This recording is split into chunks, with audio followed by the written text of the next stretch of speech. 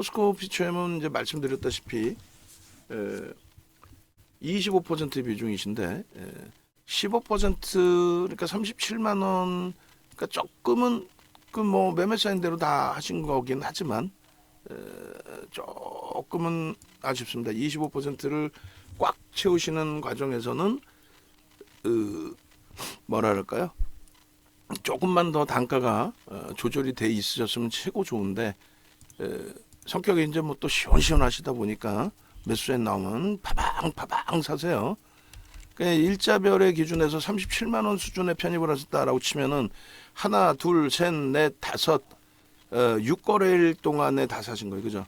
6거래일 만에 42만 1,000원대 전량 차익 실현 이후에 42만 1,000원, 41만 1,000원대 전량 차익 실현 이후에 여기서 하루, 이날도 아니야. 이날 안 들어갔어. 우리가. 이날 들어갔죠. 하루, 이틀 만에 25%를 속단표를 몰빵해서 다 사버린 거예요. 앞으로는 요거만 조금 조절을 하시자는 거예요. 네? 아시겠죠? 전체 포트비 중에 포스코 퓨처엠은 얼마? 15%로 잡는 거잖아요. 전체 포트비 중에. 그죠? 그리고 두 번째 기준은 개별 기준에서 최대 폭의 편입 비중을 설정한다면 포스코 퓨처엠은 20% 아니던가요? 근데 이제 압축하면서 더 늘어나는 부분이 있고 우리 포트폴리오의 설정 범위 기준에서는 일단 수익 종목의 기준에 20%. 그러니까 전체 포트에서 5월달 기준에 15%로 설정을 해드렸고 전체 수익 기준에서는 20%로 확대를 해드렸고 그런데 25% 이상이시고 단가가 36만 원, 37만 원이시면은 41만 원대 전량 차익 실현한 이후에 거래일 수 하나, 둘, 3일 만에 그 물량을 다 산 거예요. 그건 뭐 상관은 없는데 비중을 그렇게 실어 가실 때는 글쎄요. 하여간에 나중에는 단가를 좀 낮춰보는 방법도 고민을 해보자고요. 뭐 윤정도도 막 공격적으로 매수인 잡아드리기보단 재편입의 기준에서도 그죠? 이게 뭐 옥돌정 선생님 잘못이 아니지 뭐 윤정도가 매매 사인 드린 대로 매매를 하셨으니까. 그래서 그 기준 설정 범위하고 그리고 이제 그 말씀드렸다시피 요 자락까지는 쉽게 올라올 것으로 봐요. 뭐 여기서 이제 뭐 매번 우리 방안에서 말씀드린 것처럼 뭐 매물벽이 있네 이런 내용들에 대해서는 전혀 신경 안 쓰셔도 돼요. 매물벽이 있네. 요 자락에 뭐 매물벽이 있네. 뭐 예를 들어서 올라가다가 부딪히면 또 매물에 부딪혀서요 헛소리들 막 하는 사람들이 나와요. 그러니까 전혀 신경 쓰지 마세요. 지금 포스코 퓨처엠의 경우가 어찌됐든 대주주의 지분이 68%예요. 외국계 지분 합치면 75%예요. 기관 지분 합치면은 뭐 개인들이 솔직하게 갖고 있는 물량이 제한적이란 말이에요. 그래 뭐 비이성적으로 들어올려놓고 여기서 막 두들겨 패갖고 매물이 여기 막 쌓여 있는 그런 개념은 아니란 말이에요. 그래서 에코프로하고의 차이점을 기준을 잡는 거예요. 그 에코프로 같은 경우에는 어찌됐든 주가가 폭등이 나왔든 폭락이 나왔든 뭐가 됐든 대주주 지분 27%에 외인 지분 4%뿐이 안 돼요. 그러니까 말 그대로 머니 게임을 하는 머니 게임장인 거죠. 여기는 게임장뿐이 안 돼요. 사실상. 그래서 주력의 퍼센테이지 비중이나 고점 자락에서의 설정 범위는 기준을 명확하게 두고 비중 또 압축 이렇게 전략을 잡는 겁니다. 결론적으로 지금 어떻게 해요? 이거 어떻게 할까요?의 기준이 되는데 일단 제일 문제가 될 수 있는 거는 이런 흐름이 문제가 될 수 있어요. 그죠? 근데 지금 말씀드린 것처럼 어제 어떤 정신 나간 친구들이 뭐 모니터링을 하려고 한 게 아닌데 우연찮게 이렇게 보다 보면 제목 같은 게 보이잖아요. 뭐 2차 전지 바닥을 찍었네. 정고점을 넘길 수 있네. 정신 나간 친구들이지. 그 2차 전지 대장은 누구야? 에코프로, 포스코 퓨처엠 아니겠어요? 그잖아요. 그리고 어제 같은 경우에 포스코 그룹주들의 변동이 일부 나왔고, 그 부분에 대해서 정고점을 넘긴다. 그건 정신 나간 거지. 그럼 못 넘기나요? 그게 아니라 거래가 다시금 터져줘야 돼. 포스코 퓨처엠 기준에 1조. 그럼 300만 주 이상. 에코프로의 경우에는 최소 1조 5천억에서 2조. 그럼 지금 기준에서는 300만 주 이상 역시. 그게 안 터지면은 가격 반발력뿐이 안 나와요. 그래서 말씀드렸던 부분이 그렇다면 지금의 기준에서 정리의 기준을 잡지 말고 최소 범위 34만 원으로 보는 게 아니라 그 이상으로 사실 가격 반발력을 보거든요. 요 정도 왔다 꺾인다라는 흐름보다는 지지부진한 흐름이 나오더라도 시가총액이 15위 안에 있단 말이에요. 지금 정확히 13위 정도 하나요? 오늘 미끄러져서 이제 어쩔지는 다시 한번 보겠습니다만, 자 보시면 이렇게 돼 있죠. 지금 저는 솔직히 얘기해서 제가 이렇게 설명하면서도 소름 돋는다니까요. 이걸 어디서 어떤 전문가가, 뭐 전문가라고 표현하기도 싫어, 어떤 유료 활동하는 친구들이 이렇게 표현을 해서 설명을 드릴 수 있을까?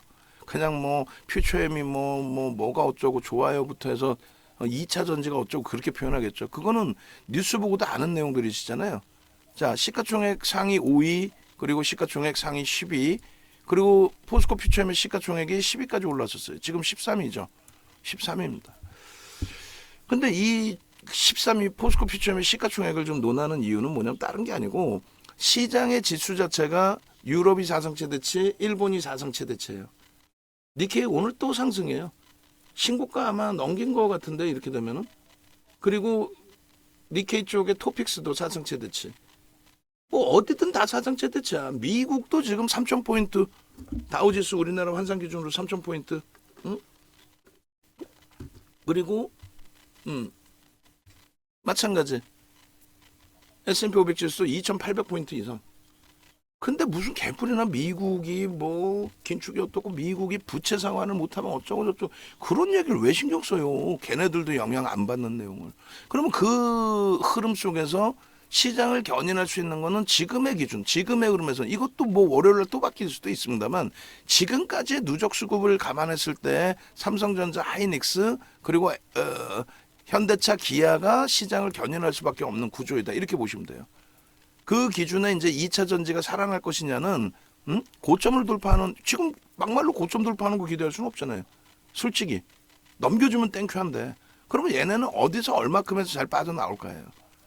올 초부터 해서 18만 원에서부터 41만 원까지의 엄청난 수익, 전량차익 출현 2번, 그리고 재편입한 물량의 마지막 물량을, 이거를 여기서 지금 15% 손실해서 손절할 거냐의 기준에 아니다라고 말씀드리는 이유가, 시가총액 뭐 13위의 기준도 설정돼 있지만 이들이 가지고 있는 기본적인 펀더멘탈, 그리고 거래대금, 현재 유지되고 있는 거래대금, 그럼 시장의 지수가 당연히 2,800, 3,000으로 향해 올라갈 때 그 기준에서 이 친구들이 소외가 된다 그러진 않아요. 어떤 종목이든 대부분 뭐 하다못해 관심권에도 없는 뭐 금융주라든가 이런 종목군들도 전부 일단 시장의 지수가 강하면 움직입니다. 왜 그럴까요? 원리는 알아야 될 거 아니야. 시장의 지수가 강하다? 그럼 인덱스 상품에 대한 매수세도 유입됩니다. 예? 인덱스 상품의 매수도 해치 물량이든 뭐든, 그럼 그 물량의 매수가 들어올려주는 거예요. 잘 보시면 결론은, 시장을 삼성전자, 하이닉스가 시장을 들어올릴 때 지수가 들어올려지잖아요. 그럼 약보합에 있던 애들도 강보합으로 돌려져. 무슨 얘기냐면 약보합에 있을 때 거래가 없거든. 근데 조그만 프로그램 수급이든 해치 물량이 들어오게 되면은 그게 강보합으로 돌려져요. 그 흐름이 누적적으로 움직인다고. 이게 뭐 전혀 다른 비교가 될 수 있겠지만은, 예를 들어서 기아나 현대차 같은 경우 보시면 월봉 보세요. 한 달에 뭐 지들이 얼마나 움직였어? 이거 15%? 종가 기준으로 12%. 얘 얼마? 7%. 종가 기준으로 4%. 종가 기준으로 5%. 요렇게 움직이고, 지금 누적 수익이 지난해 연말 종가 대비 50%예요. 한 달에 5% 움직이고도 50%라고. 그 0.5%, 5% 하루 기준에 1%, 이게 엄청난 거라고요. 시장만 강하면 대형주의 기준은 시장 지수에 연동돼서 움직임 폭이 나온다. 최악의 경우로 얘기한 거예요. 자체적인 수급이나 자체적인 추세 강화가 없다 할지라도. 그래서 일반적인 투자자분들이 가장, 제가 감히 표현하면 바보라고 표현하는 이유가, 시장 지수가 20% 올라오는데 여러분들 계좌 수익 20%만 나도 행복하죠? 시장 지수가 20% 올라오면 여러분들 계좌는 아무 종목이나 갖고 있어도 10%는 올라와요. 시장 지수가, 잘 생각해 보세요. 시장 지수가 20% 올라갔어요. 이게 시장 지수예요. 그러면 이 20%를 누가 땡겼어? 삼성전자, 하이닉스가 40% 올라오면서 땡겼겠지. 예를 들면. 그러면 마이너스 나는 애도 있어요. 그 중에는. 근데 어지간한 거, 여러분들이 바보 아닌 이상 마이너스 날 만한 종목을 갖고 가는 경우는 드물어. 그럼 대부분이 얼마? 10% 움직이는 애들 갖고 가요. 그게 뭔데? 뭐 황금 대바닥 줍는다부터 해서 나름 대형주는 대형주야. 근데 조선주가 어떻게 지금 움직일 수 있겠어요? 2005년도에 사상 최대치 실적을 조선주가 지금 넘길 수 있겠냐고. 넘길 수 있는 거는 2020년 이후에 선박이 노후돼서 다시 발주가 나오는 시점. 지금처럼 경기가 좋아져서 일부 나오는 그 개념 말고 그 기준점이 명확해야 된단 말이에요. 그러면 요거에 만족한다니까? 생전 어디서 수익 한번 내보지도 못하다가 시장이 가서 시장 20% 오르는데 자기 계좌 10% 혹은 15% 20% 오르면 아이고 고맙습니다 한다니까? 근데 어떻게 해야 돼? 원래는 이렇게 40% 수익이 나야 돼요. 그러면 지금 포스코 퓨처엠의 경우는 2차 전지가 다시 움직일지 저도 몰라요. 작년 7월 이후에 11월까지 폭등 나오다가 11월에서 1월까지 급락 나오고 테슬라가 70% 빠질 때 전부 곡소리 나고 맨 마지막 바닥에서 다들 손절하고 도망치세요 하고 그런 친구들하고 같이 있었잖아요. 이때. 윤정도는 그 고점에서 비중 다 줄여놨잖아요. 일단은. 예? 마지막 자락에서 물량이 손절이더라도 비중 줄여놓고 1월 26일 날 포스코 퓨처엠 14.22% 올라가는 날 12번의 문자 사인과 함께 그날부터 비중 2차 전지 빵빵하게 늘린 거 아닙니까? 그리고 이번에 어찌됐건 압축을 하고 그리고 아름아름 비중이 줄어들어. 왜? 변동성 종목에 안 들어가. 맨날 들어가던 포스코 그룹주들 에코프로 금양 코스모 그룹주 안 들어가. 그러니까 비중이 당연히 줄어들 수밖에 없죠. 그러면 지금 기준에서는 이 정점의 흐름을 이게 만약에 포스코 퓨처입니다. 그러면 이 정점의 흐름, 이게 만약에가 아니라 포스코 퓨처엠이죠. 이 정점의 흐름을 당연히 돌려주는 기준을 잡는데 예를 들어서 제 기준에 예를 들어서요. 35만 원 정도를 돌릴 때 거래가 제한적이다. 그러면 35만 원을 넘길 때 거래가 최소 5천억 이상 안 터지면 최소 100만 주에서 150만 주, 3천억에서 5천억 안 터지면 그건 어떻게 해야 돼? 그럼 거기서 정리한다는 얘기예요. 손실이 있더라도. 그리고 제 판단에는 대부분의 분들이 과거에 얼마에 샀고 그건 다 필요 없어.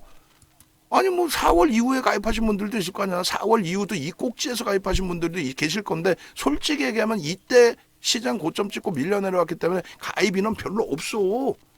대부분 그 이전에 가입했지. 그럼 대부분 2차 전지로 다 대박 나고 나서의 흐름이에요.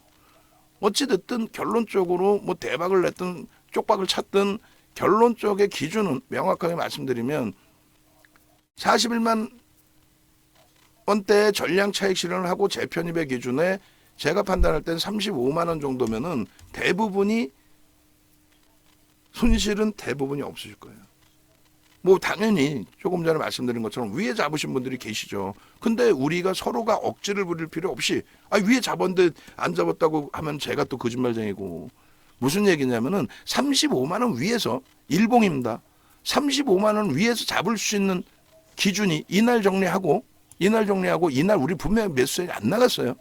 그러면 매수세이 나간 게 바보 마냥 지금 생각해보면 윤정도 바본 거지. 여기서 매수세이 나갔으니까 음봉인데 마음이 급하니까 우리를 두고 갈까봐 그럼 언제 들어갔는데 여기서 개파락 나오고 양봉으로 딱 돌릴 때 매수 이렇게 들어온 거 아니야. 그래놓고 밀리니까 분할 매수 이렇게 한 거 아니야. 응? 그래놓고 결과론 쪽은 잘라드렸어야죠. 근데 2차 전지를 이 당시 기준에서는 포기할 위치였어요? 솔직히? 아니잖아. 그러니까 유지하면서 대처하면서 결국은 어떻게 해요? 유지 대치하면서 딱 결국 어떻게 해? 나머지 물량 다 손절하고 옮겨오고 압축합시다. 앞전에 먹은 거 4월 20일까지 수익 난 거 다 끝났다고 치고 이제부터 들어간 물량에 대해서 그럼 35만 원 위에서 사신 분들이 몇 명이 될까라고 했을 때에 따져봐야죠. 몇 분이 되실까 했을 때 당연히 이때 다 사셨으니까. 근데 거래일수 기준으로는 3일, 4일, 5일, 6일, 7일 오케이. 35만 원 위에서 7거래일이 있었고 종가 기준으로는 35만 원 위에서 41만 원 차익 실현 이후에 하나, 둘, 종가 기준으로 한 3일 정도? 한 4일 되려나요? 종가 기준으로. 그죠? 그렇기 때문에 압축을 하고 했어도 단가 부분은 35만 원 이상이신 경우가 좀 제한적일 거란 말이에요. 그러니까 결론은 35만 원 혹은 34만 원 그 기준 올라왔을 때 거래대금 수반되는지 주도력을 가져갈 수 있는지